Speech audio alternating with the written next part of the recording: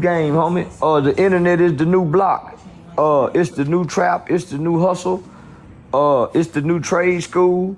It's the new university. It's the homie. It's nigga. It's it.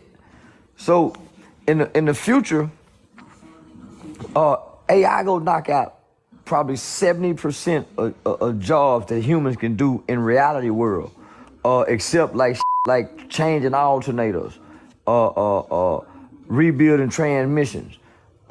So people are naturally gonna be economically slaves, not necessarily where they're gonna be whipped on the back. They're gonna be slaves who can go home.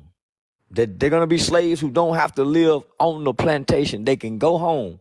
But by such and such time in the morning, you better have your back here on this plantation working. You're gonna work for half the day. You're gonna work for half the day. You're not gonna be able to take off to go to your kids' luncheons. You won't be able to go off to go to your kids' award ceremonies. You won't be able to take off to take your kids to the doctor. If you get sick, you won't be able to get a lot of sick days, or you're not gonna be able. So it's coming to that. So if you break it down, if you look throughout America in blue collar jobs, the manufacturer sector of the job world, most warehouse jobs are working 12-hour shifts. Truck drivers are driving 16 to 18 hours sometime. So most people are working half the day. You sleeping 4 to 6 hours. That's a slave life. But we don't see it as that, right? So at work, we're slaves.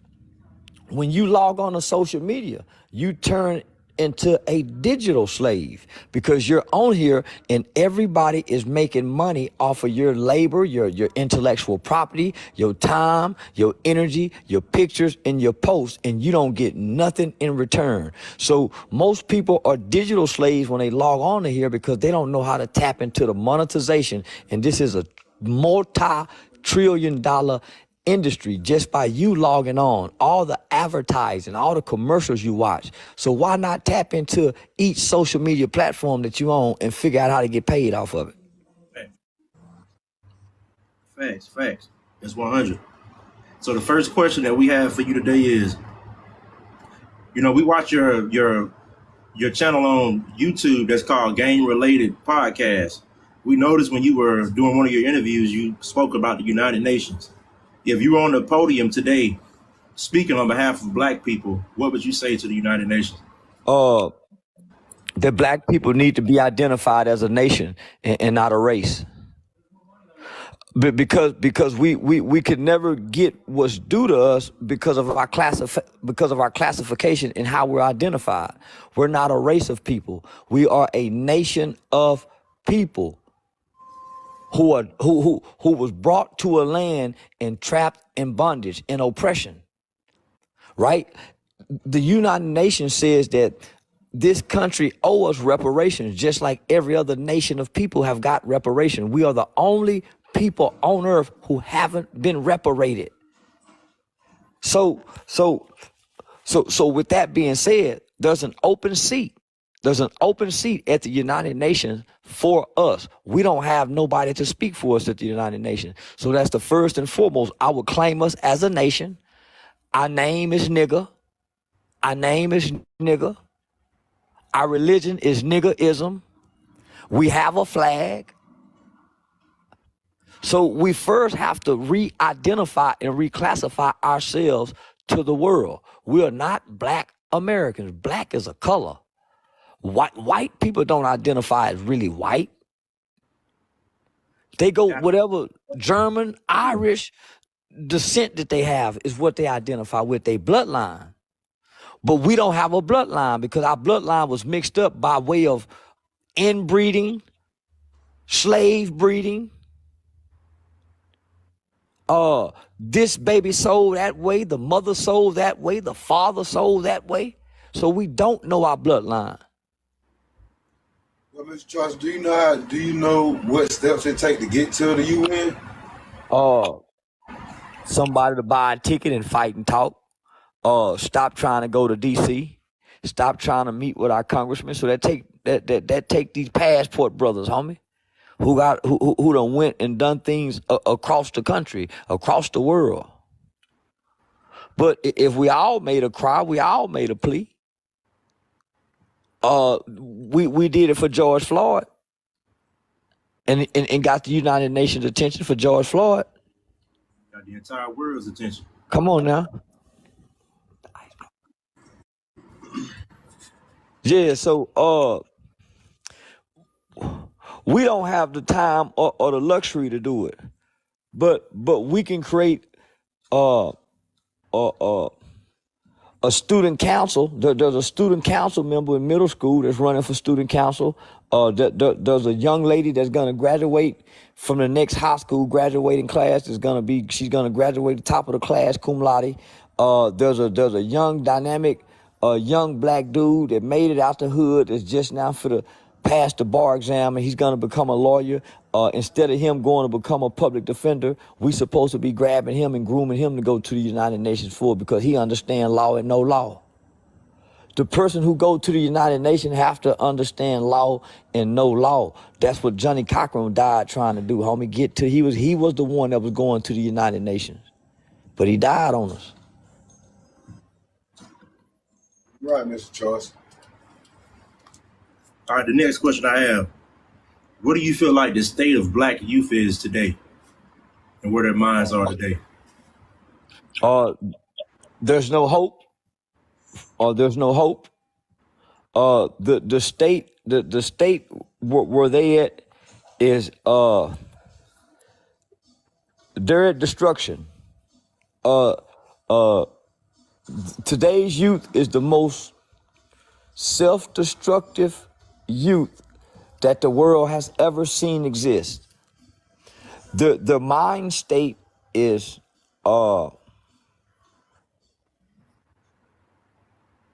it's natural to rebel as children, as young people. It's natural to have some form of resentment toward authorities and adults during your adolescent stage. But this group of children in this era, they're not getting to make it out their adolescent stage because they're hateful children. I'm a fan just like you is a Tupac, Mr. Charleston White. I'm a fan. I came up in the 80s just like you have. I'm a fan of Pac. When I listen to Pac, it's like he's talking about this generation of kids. He I was. got out of that when I listened to him. He was. About this generation of kids. He wasn't talking about us. What I see now, I see Mr. Charleston. I don't see any black pride, and that's scary. Well, Black pride. you can't have black pride if you ain't got black love. You can't have black love if you don't have self-love. You can't have self-love if you ain't get mother love, father love, grandma. You got to get some love, some form of affection. But in our race, I'm looking at our race, and I go state to state just like you. And I see our race is the state they in, the kids, the state of mind these kids are in, man. I don't think we'll make it to 2050. My generation and your generation, it's something wrong with this generation of humans because they're scared. It's like the Willie Lynch syndrome is sitting in them. It's like they're scared of the youth. And I'm one of the ones who ain't scared of the youth. Me and you almost the same person, but in different bodies. That's because we don't live in the home with them. The people in the home scared of them. That's why everybody else scared of them. And I witnessed that, and I see as I go, Mr. Charleston, I'm like, I'm looking at the homes, and I'm looking at the parenting. I'm like, ain't no discipline in these homes. And then when I come out in society, being that I'm an 80s baby, you know what I'm saying? I came up under love and all that, and giving back and giving that and respect. Yes, sir. No, sir. When you see an adult talking, you don't talk. You don't talk back to an adult. You let the adult handle the situation. What I'm seeing self-discretion like you see, and I listen to these Tupac songs as regular. I'm seeing the self-discretion. I don't see no growth in it. And the parents ain't trying to see it. It's like everybody's caught up in this social media life. And it's just our people. Because I go around to different states.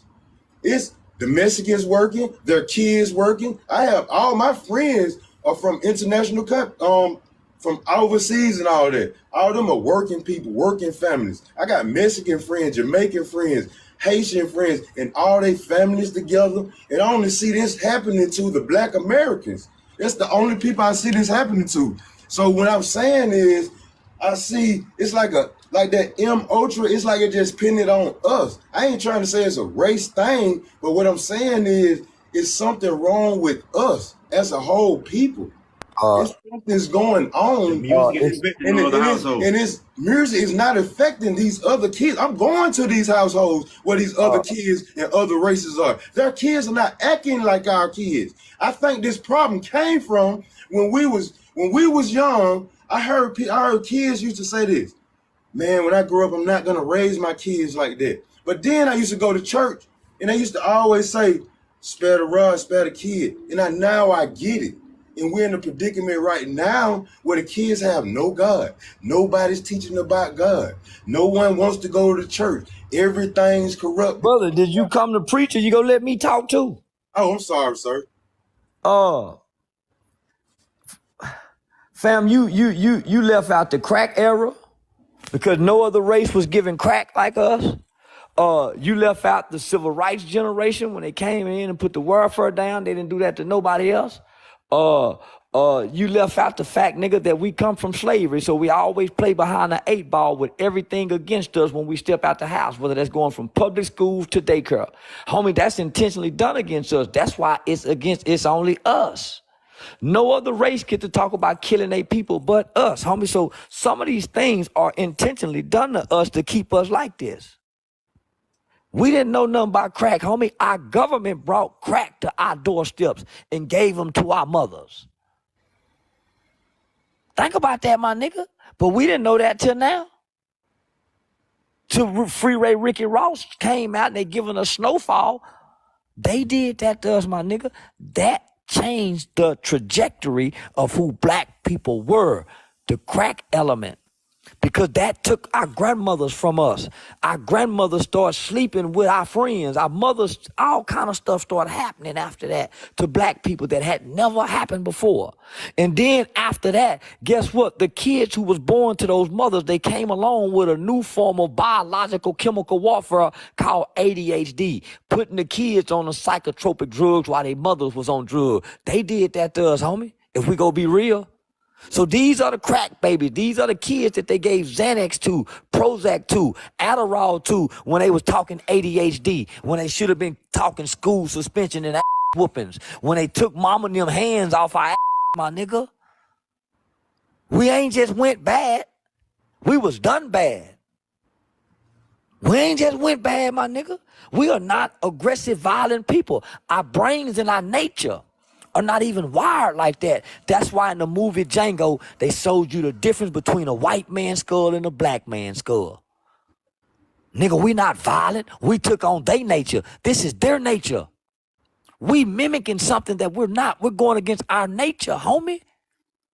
They are programming us. That's why it's a such thing as radio programming, television programming, and news programming.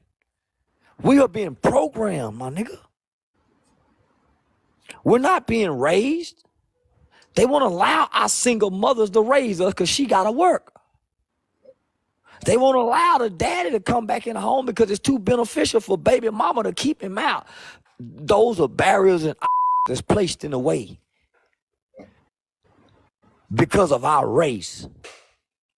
Only because of our race.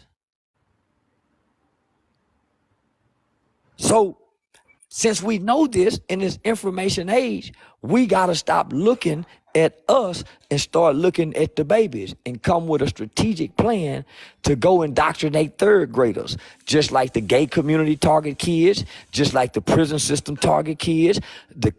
We got to start marketing and intentionally targeting third grade children, not teenagers, third graders, first graders, second graders, and indoctrinate them into what we want them to believe, just like the school system do. You fight fire with fire. Yes, sir. The next question we got for you, Mr. Charleston, is what's next? I see everyone's constantly, their mind is stuck on Joe Biden and Donald Trump. But what's next for America after Joe Biden and Donald Trump? War in America. It's inevitable that at some point in our lifetime that bombs will be dropped in America, just like every other country have had bombs, have had war in their country. Just like what we're seeing in Ukraine and Russia, it will be here. But the only difference is the people to do us like that is already here and planted. They was here. They've been here since the 80s. Every country has, America has been invaded a long time ago. The world know you can't beat America from attacking them from the outside, coming attacking them. You can't beat them. So they've been sending people over here to learn us. America has 99 different tongues in it. They brought their cultures. They brought their people. They got sleeper cells here. They got sleeper cells here. That's been waiting, and they've been waiting, and they've been living amongst us. They have assimilated. They know our culture. They know our highways. That's what's coming. Because we have weakened, we're no longer a superpower. We are a weakened superpower because we have been at war for over 200 years. United States of America have. We are weak. So only thing we got left to do is to push a nuke and destroy the world, to start a nuclear world war. That's our only major defense. But we was attacked with the coronavirus. That's what people fail to realize. The coronavirus was World War III. The next is World War IV. That weakened our military, that weakened our government, that brought man. The first thing that happened when we realized what the pandemic was we shut our country down and we started passing war defense acts. If you do your research. So that's what's to come, homie. America is crumbling, is tumbling, and we're going against one another. That's where we losing it because America is no longer united. Democrat hate Republican. Republican hate Democrat. Gay hate straight. Straight hate gay. It's too much hate in America for America to win any more wars. Great answer. Our next question is, why do you think there are more black female artists being pushed right now than black male artists? Because gangsterism is have expired. Is gayism and hoism. So there's a new spirit along in the pop and entertainment culture. There's a Jezebel spirit. Nigga ho sell now. Gangster don't really sell no more.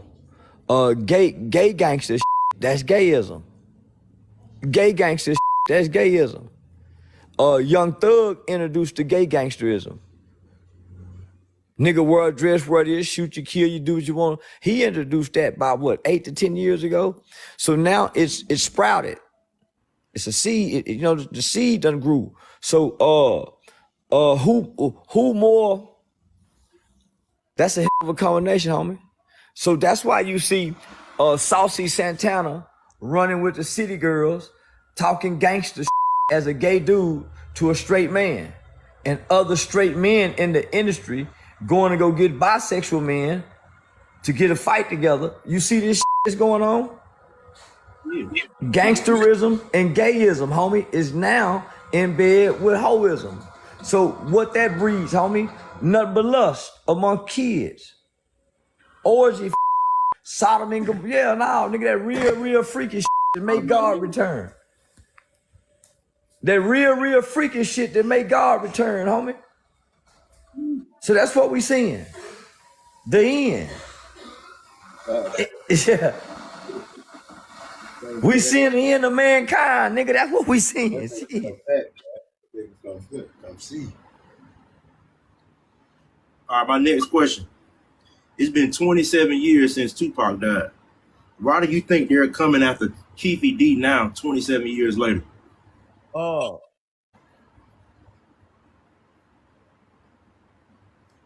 This all this information have been known. So nothing new has occurred.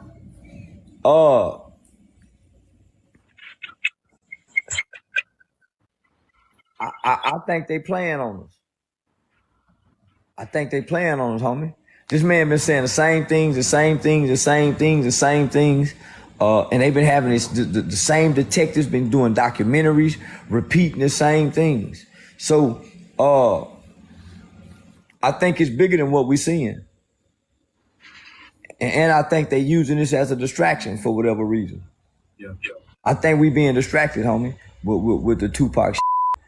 And I'm saying, so what? His mama dead. So what? They feel, man, it shouldn't mean nothing to us at this point. His mama gone. And they already been knowing who did it, my nigga. Homie, it ain't nothing they can't solve. It ain't nothing that they can't solve, my nigga. So they already been knowing who did this. 27 years later now, it's just some white people now. Nigga, they finna retire with a big name.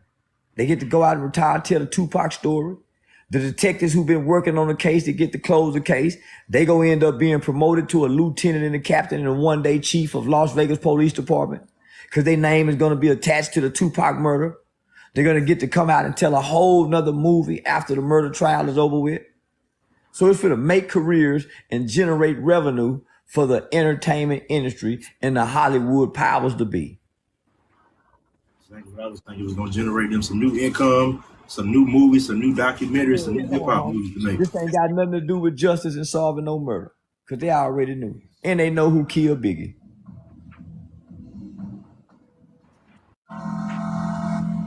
All right, my next question is, why do you think most male celebrities like Deion Sanders, Shaquille O'Neal, Jamie Foxx, and Young Jock are required at some point in their career to wear a dress to be successful? But they wouldn't take the why? Nigga, I brought a dress, but I ain't taking that cause they think cause some of them like that dick. So they give you options, they don't force you. They lure you in. Yeah. Listen to me, homie. They give you options. They don't force you. They lure you in. Or they put you in situations. They take you through media training, as they would say. And in the process of media training, your gay publicist or your female publicist is gonna have a gay hairstylist. And all of y'all are gonna be staying in the same multi-million-dollar house during media training. But they're gonna keep you and the gay dude close to each other where y'all can share bathroom just in case you like gay dudes, and they can they're gonna put you in situations. So when you see these niggas in dresses and they seem like strong, straight men, they got women's, that's because they don't like they didn't want to take the this was their option. Because they don't force you, homie. They don't force you. That's why when you enter into their world, it's not by force. They don't force nobody into that world because you ain't gonna keep their secrets. If you're forced in, they give you options. Which door you want to go through? And them niggas pick their door. You got to pick your dough. You got to pick your door. When you want to go through, when you want to get to the light, you got to pick a door to go through. So, my next question is, and this is a very important question I think needs to be addressed in the black community. Why are black men failing to lead their households? We don't know how. We don't know how to love, and we don't know how to lead. You have to be trained up to do that, homie. The homie said it earlier. He said, "Spur the rod, spoil the child." But it also gave some instructions to the parent, not just to whoop your ass. Nigga, it says train up a child in the way. Training, not raise. There's a difference between raising and training. We was raised. We wasn't trained. So even the Africans, when they got to 13, they went off in the jungle and had to go through the training with the village leaders. White kids go to Boy Scout, get some kind of boy training. Nigga go to football, get some type of training on how to lead, whether you get to flip the coin. So military training. All men get training. What training we got, nigga? Other than mama whooping and correcting. And in the process of mama whooping and correcting, who you watching love mama? So, so when you get with this little girl, the little girl done been raised to be strong, nigga, to be independent from you. Cause they done already told her when she leave this house, don't you rely on now, mother. So she done already been raised to be independent from you. So how she's been raised to not to trust you and go against you, nigga. You ain't been trained to show her. So how she go listen to you? You ain't been trained to show her. So it becomes about what y'all feel. That's why she can't trust you to lead, because it's about what y'all feel. You ain't got no training. All right, my next question is, where do you think how did the no snitching policy begin in the black community? Where'd they come from? Gangster niggas. From the gangster niggas who got the niggas who was scared of them not to, and then the niggas who was tougher than everybody, they snitch. It was the gangster niggas who put the no snitching rule down. Y'all better not snitch. Only when it came, they broke the codes. You can go back and look at all the mafia bosses who told. They was the ones who put the rule down not to, only for them to do it. That still goes on now. That's why the G niggas who tell get to come back and still be G. Come on, my nigga. It used to be, nigga didn't have to tell. If it's 4 of us, one of us go just take it for all of us. And we did that because I know you gonna look out for my kids, you gonna go make sure mama trash taken care of, and you gonna put a little something on my books. Yeah, you might fuck my woman, but nigga, you gonna do this for me. Them rules and codes of ethics don't exist no more. Where nigga, I can raise my hand and say I did this so all 3 of y'all can go. That's how it used to be. But the niggas came along, homie, and it's always the nigga at the top who broke the rule. It wasn't the niggas at the bottom. The niggas at the bottom stayed loyal, would sacrifice their family and their kids for the niggas at the top. The nigga at the top, when he would give up the niggas at the bottom to get off. That's why this shit don't stay. That's why it ain't no more loyalty. The nigga at the top came up with a rule that he kept breaking. So that's why it's no honor amongst thieves. You would be loyal to this nigga, homie, that's got the homie, and he'll give you up. You his shooter. That's what John Gotti done to Sammy the Bull. That's why Sammy the Bull gave him up, nigga. They couldn't have got John Gotti without Sammy the Bull. But Sammy the killer. John wasn't the killer, Sammy was. So slavery, Jim Crow, heroin, gangs, crack, abortion, and no snitching, and gangster rap have been the most detrimental elements to black people's civilization in America. So go back and play this and take those things down, homie. The no snitching is in there with crack, Jim Crow, slavery, abortion. Yeah.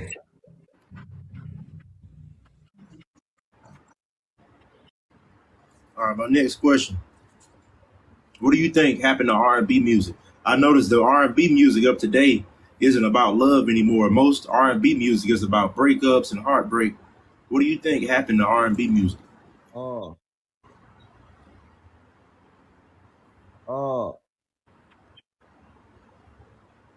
Look, I don't hear any more love in the music.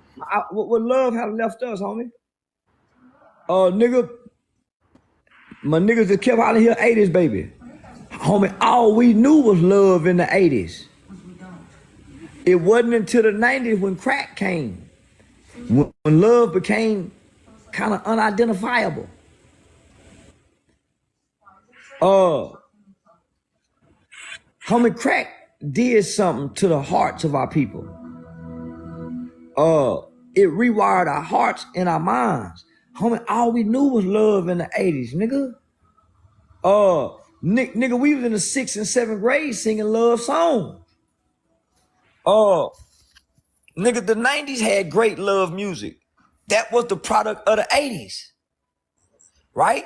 So the product of the 90s is, it went to more sexual in the 2000s. It became about sex. Now it evolved into angry fucking. It's angry fucking now in R&B music. It don't soothe the soul no more. It entices the desires. It don't help you. It don't help you give you the words to mend a broken relationship. It don't give you the tune and the sound to help mend a broken heart. It don't help you figure it out no more. Nigga, the love song used to help you figure it out. Where, nigga, you used to could take a love song and take some of the words and turn them into a sentence in a conversation and talk to your woman and it sound like you saying it. You can't do that no more. If you do that now, y'all gonna end up just. So if you look at the R&B, on top of what we see in rap, what we seeing with homosexuality being propagated and promoted to children, and not being discreet about it, it's more like a lust spirit that America is being bred to have, where everybody just gonna be having in the future, just like Sodom and Gomorrah, and what's that's gonna end up happening. The older perversion people is gonna go back to like the 1920s when a 30-year-old man wanna have a 15-year-old wife. That used to be legal in America. Go back and watch Color Purple. Motherfucker brain, because we're going back to being poor again. This country is not being born rich again. So imagine the rich man, because we worship and idolize rich people. Imagine a rich man showing up in the ghetto. He want the poor woman's 16-year-old daughter. He give her $100,000. R. Kelly did it. Good for you. Come on now. But imagine when the conditions get worsened, because America is going to the rich and poor status. It won't be no more in between. Nigga, either rich or you're poor in 20, 30 years. It won't be no in between. And so that's why you starting to see they'll take Dwayne Wade's son, rather than promoting him when he was his son, where he can be a prideful young man. They helping him be a prideful young woman. They promoting him as the girl. But when he was a little boy, they wouldn't tell us nothing about him. When he was trying to be a boy, what if they would have promoted him with what he was trying when he was trying to be a boy? When he thought he was a boy. Imagine what kind of boy he could have been had they gave him the light then. They made it popular for him to be a girl. Come on now. Do you think all sports are rigged? Yeah. Because the gambling that goes behind sports and in the underground world supersedes what the players make.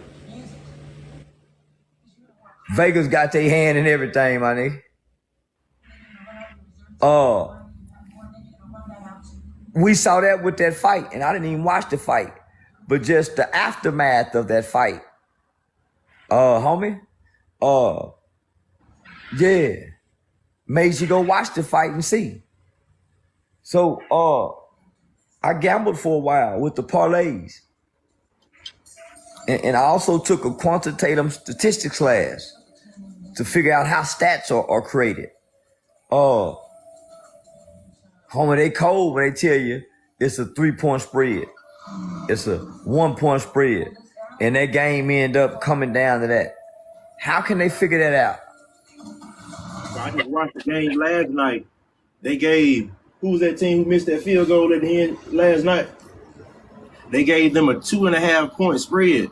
They scored a touchdown, and all of a sudden, instead of them kicking an extra point with time expired to be able to win by 3 points, they get a unnecessary what it was called unsportsmanlike conduct penalty, and they missed the field goal, missed the point afterwards, and they didn't cover the 2.5 point spread and lose by 2. That's crazy. Come on. Let me just say this.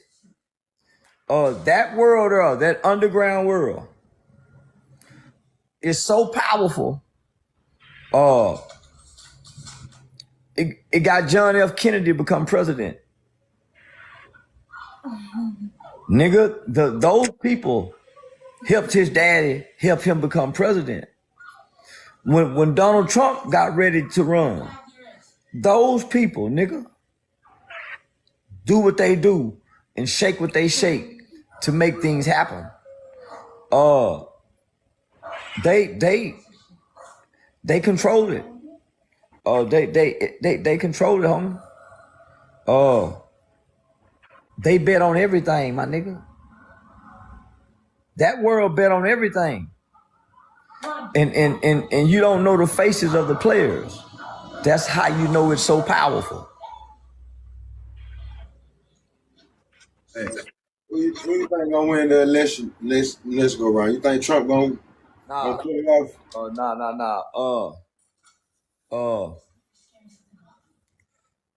I would like for Condoleezza Rice to run. Condoleezza Rice is the best and purest thing we got left right now.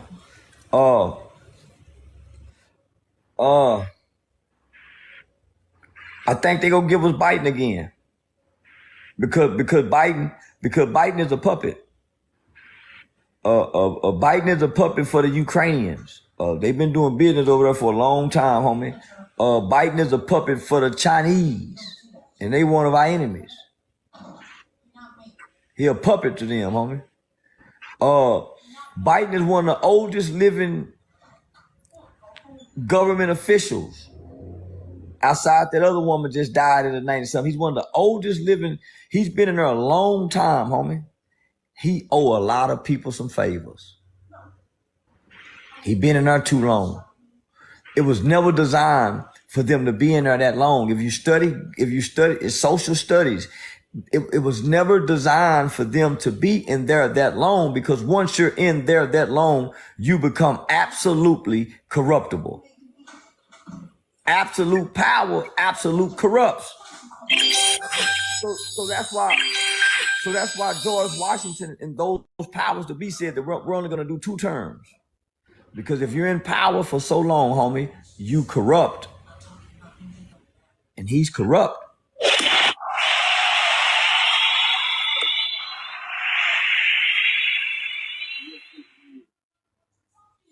Why do you think they're coming so hard after Donald Trump? I see they've never came this hard for an American president before to try to arrest him. Why do you think they're coming so hard after Donald Trump? More government officials was identified, arrested and charged for child trafficking under his presidency. He's a businessman. He's the first businessman to sit at the president White House and run America like a corporation, as it should have been, instead of trying to run it as a country. When you run it as a country, you see what's happening. America became a corporation in the 60s, I believe. Probably earlier than that. But this is a corporation. That's why you never hear them speak about the American citizen. You don't even hear that term anymore. The American citizen. You don't hear people say citizens' rights. Because once we became a corporation, this is not about racism. This is not about socialism. This is not about classism. This is driven by capitalism. This is a capitalist country now. So your rights don't mean too much, but you do have some rights. And what are those rights? Your consumer rights. You are no longer an American citizen. You are an American consumer once they pass the Consumer Reporting Crediting Act. That's why you hear the media refer to us as the American consumer. Well, we're identified as consumers now, homie, because this is a capitalist country. Capitalism. We stuck on socialism and racism. Socialism is a motherfucker getting your food stamp, welfare, stimulus checks. Racism is the shit that we can't see that we think we can see. But nigga, if you tap into capitalism, you can beat racism. So they tricking us with the racism shit. That's why the black man can't create economics. If we tap into capitalism, we go start creating economics. Nigga go back to trying to sell a little dope. Nigga go start trying to hook up radios again, cut grass. But we squabbling by racism, homie. So we missing capitalism. Capitalism trumps citizenship. You got more consumer rights than any other rights in the world, homie. If you complain as a consumer, nigga, you get more for your bang and your buck than you do an American citizen complain about what rights you don't have. Because of the Patriot Act, homie, we forfeited our rights as American citizens to our government because they tricked us out of fear of terrorism. So because we agreed to have the Patriot Act, we don't have American rights anymore, but we do have rights as consumers. My next question is, the United States was sued at the United Nations and International Court by Iraq for war crimes and genocide, and they were convicted. Why do you think nothing has been done about that? Who's gonna tell America to do with what they conquered? Who can come make America pay for the people that they conquer and oppress? The United Nations also said that they should give us and they owe us reparation and that we are being treated inhumane and unjust in this country. They made a statement. But who go tell America what to do with they niggas and they saying niggas? We're a conquered people. What do you think they're gonna? Now go ahead, fam. I said, what do you think they're gonna do about the border? What you think about the border? The border is a play. The border crisis and the border issues is top 5 threat to black Americans.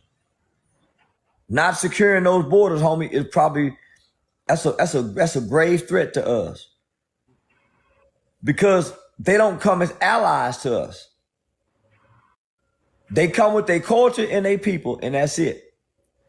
Our only ally left, homie, is the white American that grew up here, went to school with us, like basketball, like LeBron James, like Steph Curry, like a little rap music. Not necessarily gotta like black girls, not necessarily want you their sister, but that's our greatest ally, homie. It ain't them foreigners. It ain't them Mexicans. It ain't them Chinese. It's the white man who love his country. That's what I said. That patriotic white boy. That patriotic white boy, that's our ally when this shit go to getting crazy. This is our land too. He brought us here.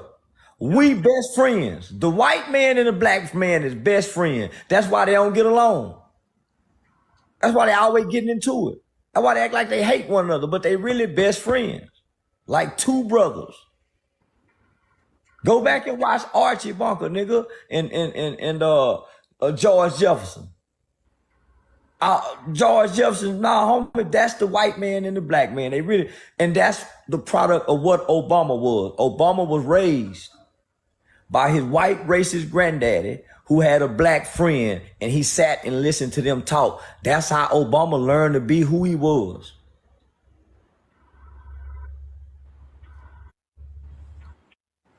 My next question is, what I've noticed in a lot of black families, once the grandmother passed away, once your older aunties and older aunt and uncles pass away, you rarely see black families get together anymore. I don't see any black family reunions. I don't see black families getting together during Christmas time or Thanksgiving time. Everybody's doing their own thing in their own household. Why aren't black families getting together anymore? But they lose their griot. The Africans call that individual the griot. The griot. Naturally, the griot is oral historian. So Africans were oral historians. To remember everything, homie, you got to have a great mind, even when you're old. And to be able to remember different recipes, different ways, remedies, different ways to do things. So to remember all this so you can teach this, right? The reason why it dies because nobody is in the kitchen cooking when grandmama cooking during the family gathering. We show up when the food done. Nobody's in the kitchen getting the recipes. Nobody's going over there sitting at the foot of the bed talking to her, asking questions, drinking from the river of the old. Sitting at the feet of the old, nigga, picking up what they dropping down. Ain't nobody doing that no more. We shame the old now. That's why young kids think something wrong with being old and they try to make you look bad for being old. Because we never learn to get from the old. So when grandmama gone, homie, our whole family gone because we don't know nothing no more. We don't know who her mama was, who her daddy was. We don't know nothing about the family no more. So guess what? We lost in the wilderness when they gone. A family divided. So now we don't eat together no more. And now our children grow up in a world alone by themselves and they once had a family and they don't have no family no more because they lost connection by way of their parents. The grown-ups get selfish, homie, and realize that one day I'm gonna be gone, man. And these kids gonna need each other as family so they don't feel alone in this world, homie. But because we fucked up, we drag our kids over here in the corner. When we leave this earth, they by themselves. They don't know their cousins. They don't know nothing inside their family to connect. They just vulnerable out here. Same thing we was just saying. It's like we got family members who haven't even met their cousins. We got family members who are 10 and 11 years old who are cooped up in the house who haven't even gotten an opportunity to meet any of their family members. It's like families aren't how they used to be back in the day. You know how in white families, if you got a meth addict nephew, the family still supports them. They're gonna take him to rehab. But if it feels like if you have flaws in the black community, your family cuts you off. Why do you feel that? But they'll have these on and off relationship with their friends. They'll be more forgiving to their friends than they would their family. That comes from bitterness. That comes from bitterness, homie. That's the unhealed childhood trauma. When all the family is so quick to dislike and hate and not talk to one another. That's the bitterness in the family that's getting passed down to the kids. Cause the kids want to know their cousin over there. The kids want to play with their cousin, but they can't go play cause mama and daddy don't like each other. So that's the curse that you put on the kids. The white man don't do that. The white man don't divide the family. So when we get grown, like right now, at some point, nigga, somebody in the family got to say, man, I'm gonna be the one to do this. We're gonna start having Sunday dinner, such and such, such and such. At least once a month, we're gonna have dinner over here. Somebody got to start making that sacrifice. Homie, I watched my mama put the family back together doing that. And right now today, nigga, every Sunday we got to be at mama house, nigga. Grandmama go be over there. And the ones that don't like each other don't speak to each other. But them kids go in their backyard and play, get on the trampoline and all that together. They don't know this is going on with the grown. They miss their cousin. These kids don't even get to meet their cousins because of beef that the cousins and the aunties and the mama that had from 10, 20, 30 years ago. What you got next, man? Yeah, I can't. Where this podcast go be at, my nigga? I like this podcast. Y'all got some straight up legitimate questions too, man. I like this. Yeah, for sure. For say we've been taking notes. I'm telling you, everything that you say, we're not some of those people who just listening. I'm applying everything. I have a Schedule C nonprofit. I started my channel. Everything, every step, all the game that you gave, I'm the one of those people. I'm game related. I applied everything. My TikTok channel is monetized. I got products I'm selling on TikTok. Soaps, shea butters. You got a nonprofit organization? Yes, sir. It's called Young for Youth. Yes, sir. I have my own nonprofit organization. I'm reaching out to the young youth in any way possible that we can help. I'm trying to get them from ages from 5 to 15. Perfect number. Perfect number. Nigga, that's a perfect number. From 5 to 15. Another thing I wanted to ask you. I was listening to the radio a couple of weeks ago, and there was a study that came. I don't know if it was from the National Child Society, but they had a study that said children who are introduced to a tablet or an iPad before the ages of 3 years old have learning deficiencies. How do you feel about that? But because it dumbs down the brain. It reduces your ability to critically think. So when you give a kid that shit, homie, the kid is soaking up. But because the phone does so much, the kid don't get to soak nothing. We had Legos to tap into that side of our brain. We had crossword puzzles to develop that part of our brain. They don't have that. They're just watching videos, cartoons, another kid. So nothing's developing and igniting the brain. So, man, it's like the little be retarded.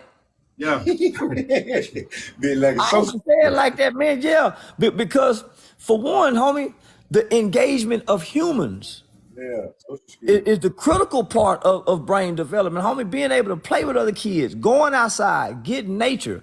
When you get that motherfucker that phone at 1 year old, homie, nature don't exist to him no more. Going outside is not thrilling and appealing.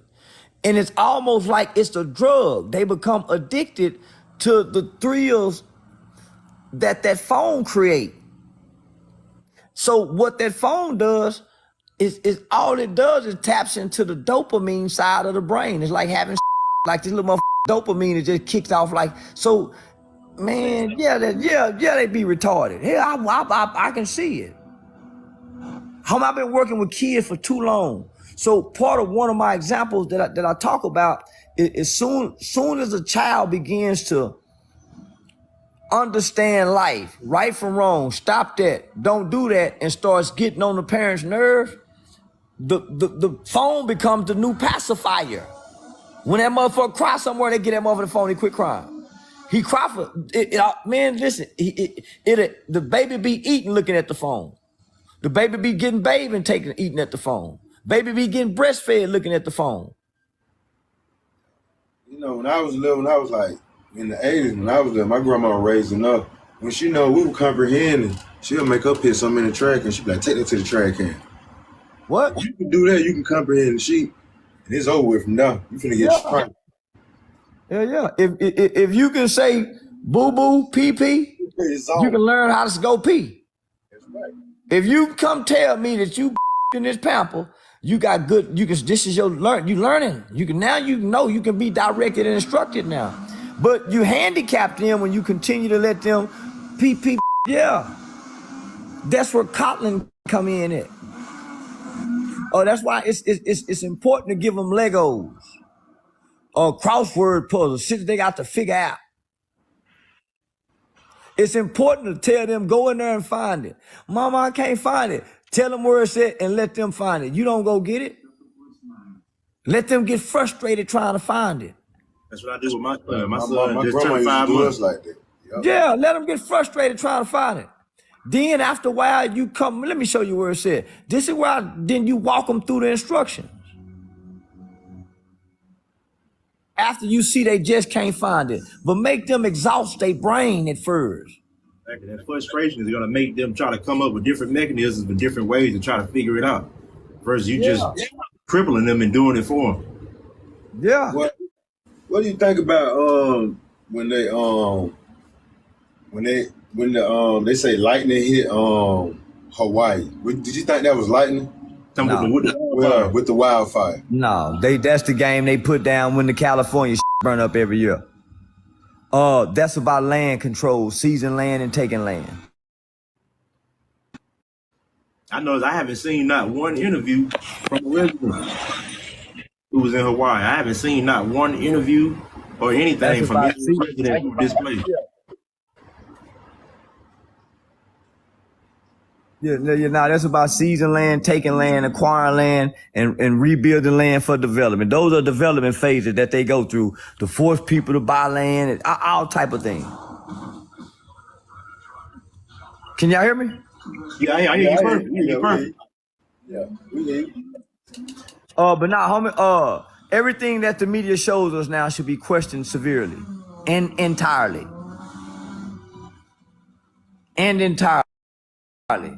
If they tell us it was a shooting, a main shooting, and they don't give us a lot of details, they don't give us no background, we don't hear from his family. Why do these men? No, man.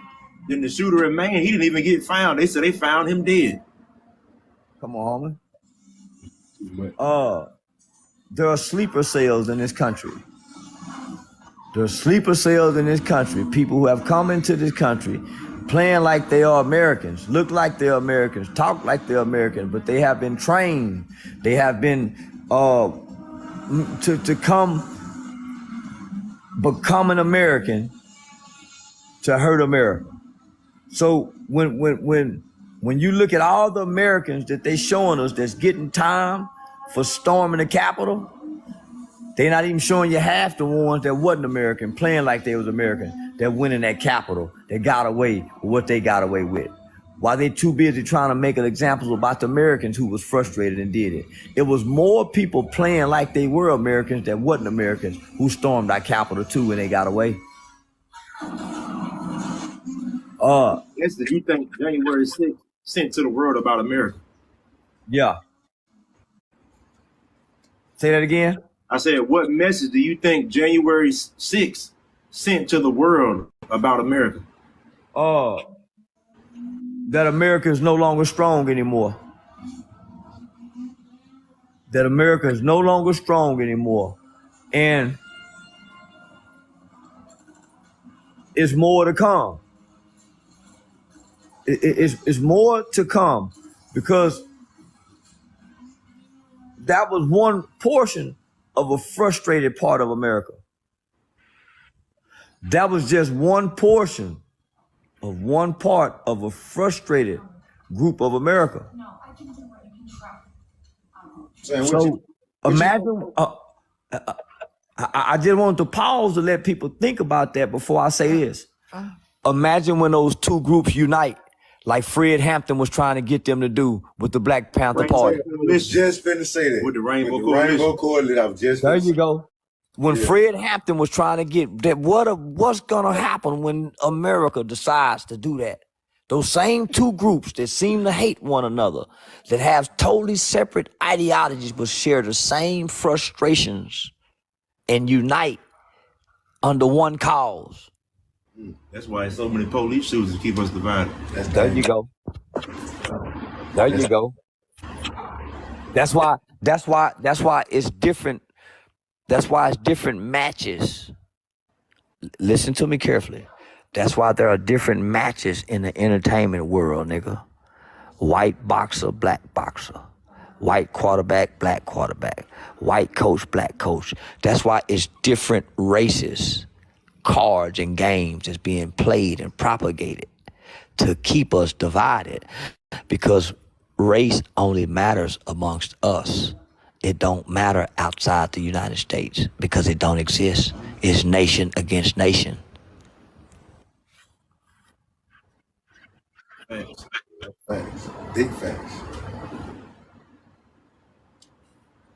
Well, Mr. Charleston White, I don't know if we hit our 30 minutes yet, but I know we have touched on a lot. I really appreciate you, man, for coming out for this interview. 22,000 likes, my guy. We got 22,000 likes. I'm looking at, my guy. So yeah. I really appreciate that. These are a lot of things that needed to be addressed in our community among